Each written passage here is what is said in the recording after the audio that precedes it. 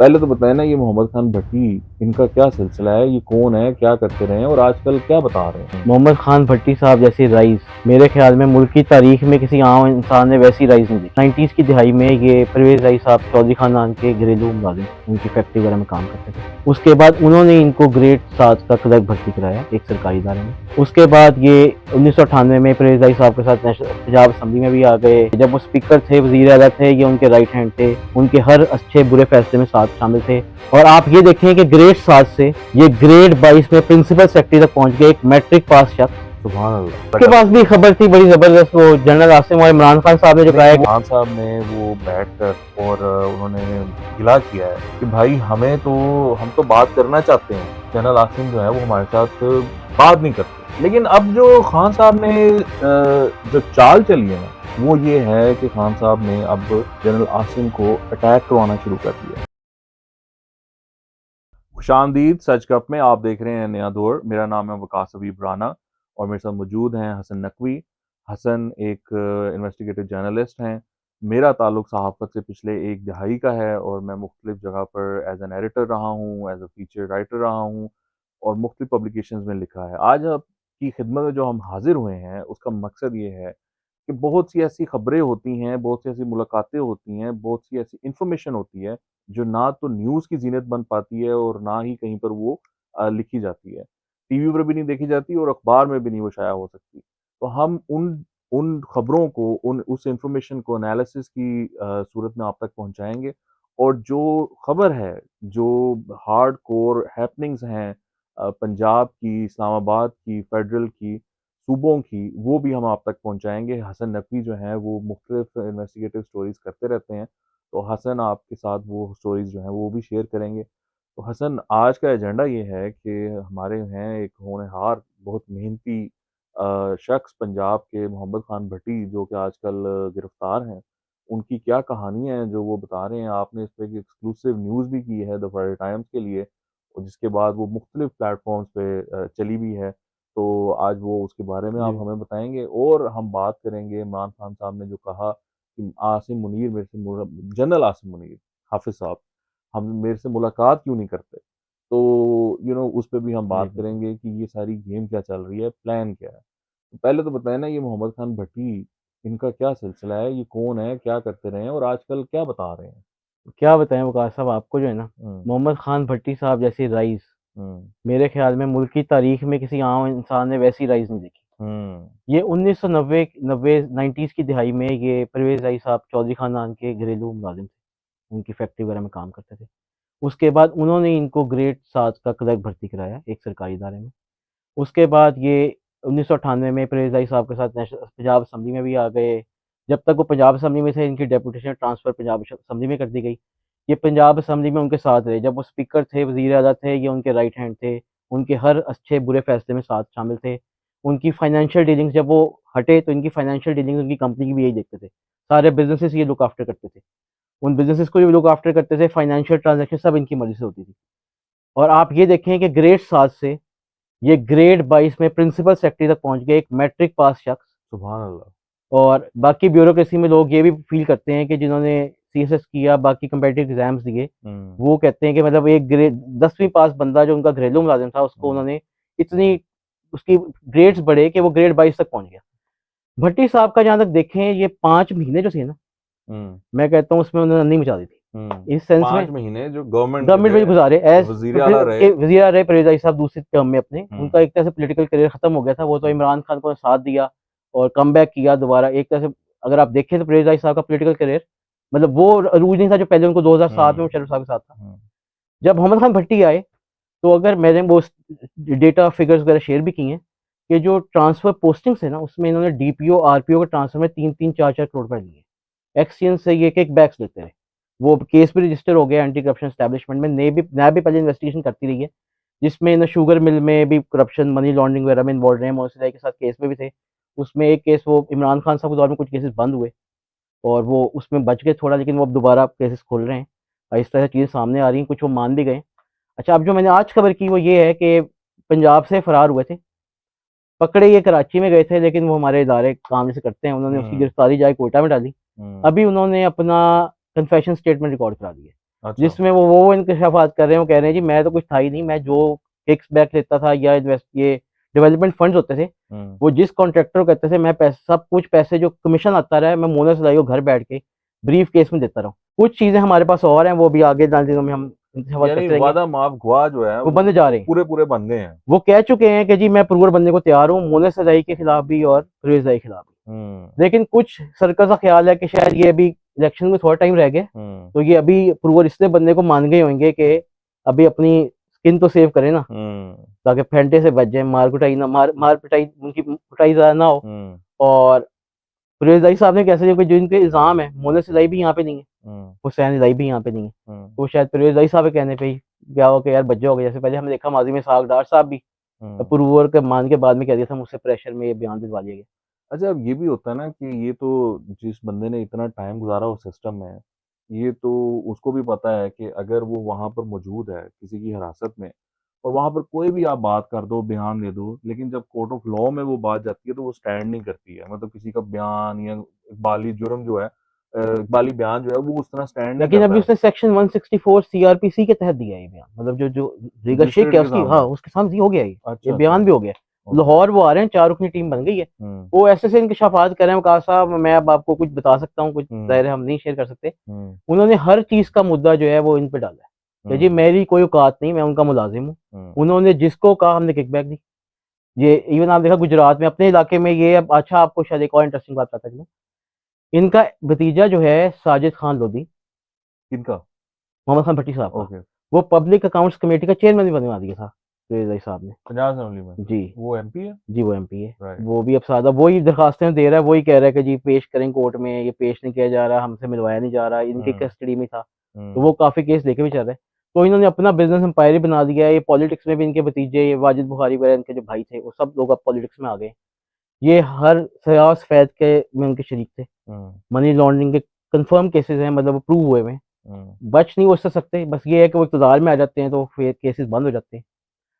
आपको याद होगा कुछ लीक्स मोहन सराय के हवाले से इमरान खान के दौर में भी आई थी। देखो उस वक़्त इमरान खान को इनकी ज़रूरत थी, तो वो हुँ, cases shelf brush under the carpet हो गए थे। हुँ, और उसमें वो, अगर हम देखते चलें तो वो कुछ उस पे इंक्वायरी भी नहीं हुई थी, इनिशिएट की गई लेकिन उस पे कोई फैसला भी नहीं किया गया। हुँ, तो ये कनेक्टेड तो हैं, डॉट्स भी मिल रहे हैं हुँ। और सबूत भी ऐसे ही हैं कि वो बच नहीं पाएँगे। लेकिन आपको पता है मुल्क में कैसे चलता है निज़ाम, जब हुकूमत में आते हैं नहीं तो जी, कुछ खत्म हो देखें जाता है। यहाँ पर तो सिलस आज तक तो सारे बचे हुए हैं। आज तक तो नहीं देखा किसी को कोई कन्विक्शन हुई हो या कोई चीज़ आगे बढ़ी हो। मामला यही होता है कि कहीं न कहीं फिर डील हो जाती है। कहीं न कहीं कोई मामला तय हो जाते हैं और फिर वो चीज़ें सारी जो है ना, वो गायब हो जाती हैं। इसमें मामला ये है एलीट का।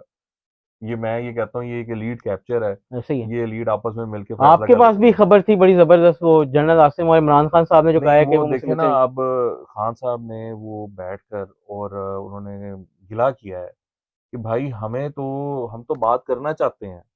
जनरल आसिम जो है वो हमारे साथ बात नहीं करते। अब मसला ये है कि उसकी हिस्ट्री तो सबको पता है कि general Asim when he was the DG ISI वो इमरान खान साहब के पास कुछ फाइल्स वगैरह लेकर गए थे जिसमें वो और उन्होंने वो फराह बयान किया। गोगी के बारे में और हाँ, बाकी सारा उनकी फैमिली का वाइफ इनका का जो था भी ना ज़िक्र वाइफ था। का वो ज़िक्र किया था और फिर उनको हटवा दिया गया उस जगह से। लेकिन अब जो खान साहब ने जो चाल चली है ना, वो ये है कि खान साहब ने अब जनरल आसिम को अटैक करवाना शुरू कर दिया और उनकी जो अप्रोच है इस टाइम वो बुली करने की है। एक ऐसे ही तरह से नज़र तो यही आ रहा है। उन्होंने उन्होंने ये एक सिलसिला नया शुरू किया है, जहाँ पर कि उन्होंने कहानी यहाँ से शुरू की अपने जो है ना वो मैं कहता होता हूँ कुछ उन्होंने इर्द-गिर्द अपने लोग रखे हुए हैं, जो इस तरह के काम उनके ना कर देते हैं ऐसे ही। और वो यूट्यूब पर व्लॉगर्स वगैरह बने हुए हैं। तो उनको ये फ़ीड किया गया कि आप ये कहानी चला दो। उन्होंने कहानी वैसे चला दी। वकार साहब अभी तक हुँ, उसमें कामयाब भी काफ़ी हो रहे हैं। आप देखें ना पिछले 8 महीने का अगर हम उनकी हुँ, ट्रैजेक्टरी देखते हैं, तो हुँ। वो जो करना चाह रहे हैं इससे ऐसा लग रहा है जैसे मुल्क की पॉलिटिक्स को ना वही डिक्टेट कर रहे हैं। हाँ, हाँ, खान साहब देखिए कम्युनिकेशन स्ट्रैटेजी जो है ना वो इस टाइम की है और वो बहुत अच्छी तरीके से अंडरस्टैंड करते हैं कि इसको किस तरह चलाना है, इसके ज़रिए किस तरह आप चीज़ों को मैनिपुलेट कर सकते हो, अदारों को मैनिपुलेट कर सकते हो, प्रेशराइज़ कर सकते हो, बुली कर सकते हो, इंडिविजुअल्स को कैसे अटैक कर सकते हो। ये एक पूरी साइंस है एंड इमरान खान साहब अंडरस्टैंड्स दैट और वो उसका यूज़ कर अपने फ़ायदे के लिए बहुत सी चीज़ें करवा रहे हैं और वो नज़र आ रहा है। जो ऑपोज़िशन है, वो चाहे एस्टेब्लिशमेंट हो, चाहे पॉलिटिकल पार्टीज़ हों, इमरान खान की जो ऑपोज़िशन है, वो इस मामले में बहुत पीछे हैं। They don't understand that. तो जो अदारा है ना आर्मी का एस्टेब्लिशमेंट जो है, वो इस time pure political role non political role अदा करना चाह रही है। वो जिसको कहते हैं ना एपॉलिटिकल, वो जी। एपॉलिटिकल रहना चाह रहे हैं। दे डोंट लेकिन want to Imran be. Khan साहब चाह रहे हैं वो इन्वॉल्व हों, इमरान खान साहब तो देखो ना, जगह जब जिताएँ वो उनको। वो कह रहे हैं ना कि मेरे से मुलाकात ऐसे ही करें, तो जिस दिन वो मुलाकात करेंगे इमरान खान साहब के साथ, तो कल को जो लोग अभी ऑपोज़िशन में हैं, जो दीनी जमात में हैं, पीएलपी वाले कहेंगे हमारे साथ भी देखिए मुलाकात वक़ास करें। साहब आप मुझे ये बताएँ, हुँ, ये जब जिस तरह की बात ही कर रहे हैं, जो इनके साथ खड़े थे, तो ये हुँ। 8 महीने फिर जो बातें होती रहीं कि जी फ़ौज का किरदार नहीं होना चाहिए या वो नहीं, तो मेरे ख़्याल इनके साथियों को तो फिर जो अवाम है, उनको इनका साथ छोड़ देना चाहिए, नहीं, क्योंकि ये खुद चाह रहे हैं कि डील करें। वो किरदार ये है ना कि जो किरदार हमारे खिलाफ है, वो नहीं होना हुँ, चाहिए। जो हाँ, किरदार हमारे हक वो में तो है, जो वो हो होना चाहिए। अब उन्होंने तरीका ये अपनाया है कि recently he uses Twitter and social media and YouTube, जहाँ पर कि वो इस तरह की बात करते हैं, जहाँ पर कि वो एक साहब हैं, वो बैठे हुए हैं लंदन में। उन्होंने ये बात की कि जी इमरान खान साहब पे जो एक और अटैक की कहानी वो हुँ, तैयार हो गई हुई है, प्लान तैयार हो गया हुआ है। ये वो बड़ी सनसनी वो जो फैला के ना। कुछ एक चंबल से कोई पुराने फ़ौजी हैं, उनकी बात हाँ, कर रहे हैं आप? वो वो अक्सर हरकतें अजीब-अजीब करते हाँ, हैं। वो जो हैं अब उन्होंने ये यूज़ कर रहे हैं to bully the current leadership of army, ताकि वो उनको एहसास, ये एक वार्निंग शॉट है कि अगर आप हमारे साथ मामला तय नहीं करते, तो फिर आपके साथ भी वही होगा जो पिछले आर्मी चीफ के साथ हुआ है, जो रिटायर हो चुके हैं जनरल बाजवा के साथ। तो दिस इज़ हाउ ये उनका जो है ना वो ऑपरेशनल वो है मामला। तो अब देखते हैं कि कौन इसमें बुली होता है, वक़ास कौन साहब अंडर वैसे ये प्रेशर 2 आता है। बंदे हैं, वो बाहर बैठे हैं, पुराने फ़ौजी हैं दोनों। हुँ। वो जो है वो अजीब-अजीब सी बातें करते हैं, कभी सबूत देखा है आपने कोई सबूत के साथ नहीं, मतलब वो बात की है बात उन्होंने? करते वक़्त अपनी बात में मुबैना इतना लगाते हैं कि वो अगर आप मुबैना निकालो ना, तो वो अगर 30 मिनट का व्लॉग होता ना, तो 22 मिनट का मुबैना मुबैना होता निकलता है। उसमें से। तो दैट्स हाउ दे प्ले। ये सारी देखें, जो चीज़ कॉन्स्पिरेसी होती है ना, जो चीज़ प्रोपेगेंडा होता है, वो इसी तरह का ही होता है, उसकी शक्ल ही यही होती है। तो वो हो रहा है, वो लोग इमरान खान साहब ने एक पूरी जो है अपनी फॉलोइंग बनाई हुई है, वही फॉलोइंग वो उनको भी वो देखती है और ऐसे ही। सुनती है। वो जो साहब हैं, उनके तो बड़े मामलात हैं, वो किसी और दिन डिस्कस करेंगे। बट बल्कि मैं आपसे इम्पोर्टेंट रिक्वेस्ट करूँगा आप नेक्स्ट कोई शो में किसी में डिस्कस करें उसके बारे हाँ, में। बट इतना टाइम हम उस क्यों साहब वैसे पे क्यों क्यों क्यों ज़ाया करें? हाँ, ये भी ठीक है। ब वो जिनको वो पढ़े हुए हैं, उन्होंने ही उनको बनाया है। ऐसा ही है, वो तो वो आपस का उनका मामला है, ऐसा ही हम है, कहाँ बीच में जंप इन ऐसा ही करें। है, तो ऐसा ही है। वो लगे हुए हैं, लगे रहने दें। बट जब आप ऐसे जो टूल्स हैं इनको यूज़ करके जो आर्मी लीडरशिप है या किसी भी इंस्टीट्यूशन को इस वजह से प्रेशराइज़ करेंगे कि वो नॉन पॉलिटिकल ना रहें और पॉलिटिकल किरदार अदा करें। यानी देखिए, हमारी स्ट्रगल ये है, हमारी कोशिश ये है, जितने भी डेमोक्रेट्स हैं पाकिस्तान में, कि भैया आप नॉन पॉलिटिकल रहो, पॉलिटिक्स में ना आप हाँ, टाँग ऐसा ही अड़ाओ। है इमरान खान साहब उनको इस टाइम बुली कर रहे हैं कि कि वो वो आएँ। पॉलिटिकल हों और मेरे हक और में आप ये किरदार देखें अदा इस करें। चीज़ की वज़ह से हमारे 2 इदारे ख़ास तौर पे हुँ, जुडिशरी और मिलिट्री एस्टेब्लिशमेंट जी। वो वीक हो गए इनकी वज़ह बहुत वीक हो गए से। ये हैं, मैं कह रहा हूँ, रेपुटेशन उनकी इतनी खराब हो गई ऐसा है, ही है। इस वजह से जो हमारी जो ये जो हाइब्रिड रेजीम थी, दरअसल उसका हिसाब-किताब होना चाहिए कि ये जो 18 में जो हुआ, बल्कि 18 से पहले भी 14, 15, 16 में जो हो रहा था, इमरान खान साहब को जो बिल्डअप किया गया, ऐसे ही। उसके ज़िम्मेदार कौन है? और जो नुकसान पहुँचा है अदारों को, उसका ज़िम्मेदार कौन है? तो वो नहीं होना चाहिए था। अब जो हो रहा है, I mean the institutions need to stay apolitical, they should hmm. Not be. वो चाहे जुडिशरी हो, वो चाहे आर्मी हो, लेकिन वो आप चाहे देखें जिस तरह ब्यूरोक्रेसी हो। जुडिशरी का अब नज़र आ रहा है, हुँ, जुडिशरी की जो ऑडियो लीक्स आ रहे हैं, हुँ। अगर आप देखें बहुत सेंसिटिव मामला है। हमारे एक तो लिए काबिल-एहतराम है बिल्कुल, जुडिशरी। बिल्कुल। हम किसी भी सूरत में उनकी किसी भी कंटेम्प्ट का नोटिस का शिकार नहीं होना चाहते। लेकिन मैं हमेशा ये कहता हूँ कि जो जुडिशरी के साथ हो चुका हुआ है, अदालतें क्यों खोलीं एक पार्टी की तरफ से, उसके बाद कोई बनता तो नहीं है नोटिस-वोटिस हमें, लेकिन अगर फिर भी दिल करे तो मेहरबानी करिएगा, नहीं, ना मैं भेजिएगा। एक बात और डिस्कस करना चाहता था। हाँ। देखें, सुप्रीम जुडिशल काउंसिल में जो आया है, कुछ जजेस के खिलाफ रेफरेंस दायर हुआ है, जी, एक जी। जज साहब के जी, जी। खिलाफ हुआ है। मेरे ख़्याल में उनको अगर हम एथिक्स को ही फ़ॉलो कर लें, हुँ, तो उनको अपने आप को जो बेंचेस का पार्ट है, उनसे अलग कर लेना चाहिए हुँ। और इन केसेस को फेस करना चाहिए। अगर वो बिल्कुल। ईमानदार हैं और अकाउंटेबिलिटी क्रॉस द बोर्ड होनी चाहिए। हुँ, ये ज़रूरी नहीं है कि इस मुल्क में सिर्फ़ पॉलिटिशियंस का ही हिसाब होना है। हुँ, इस मुल्क में जुडिशरी का भी हिसाब होना चाहिए। हुँ। इस मुल्क में मिलिट्री एस्टेब्लिशमेंट का भी हिसाब होना चाहिए और there are no holy cows. हाँ। मुल्क में कानून सबके लिए होना चाहिए। इस पे हम डिटेल में बात करेंगे, वो किसी और दिन के लिए। फ़िलहाल आपके देखने का बहुत शुक्रिया। आप हमें अपना फ़ीडबैक ज़रूर दें, हमें बताएँ कि हम किस तरह क्या चीज़ें इम्प्रूव कर सकते हैं और क्या टॉपिक्स हैं, जिनके बारे में आप जानना चाहते हैं। हमारी कोशिश तो यही होगी कि जो लोकल जो वो न्यूज़ हैं जो आपको इफ़ेक्ट करती हैं, उन पे हम ज़्यादा से ज़्यादा बात करें, लेकिन पॉलिटिक्स हमारे मुल्क में इतना डोमिनेट करती है हर चीज़ को कि उसके बगैर बात बनती नहीं है। तो आप चैनल को भी सब्सक्राइब करें, हमारी वीडियो को भी लाइक करें और ऑफ़ कोर्स बेल आइकन को भी दबाएँ। आपके देखने का बहुत शुक्रिया। खुदा हाफ़िज़।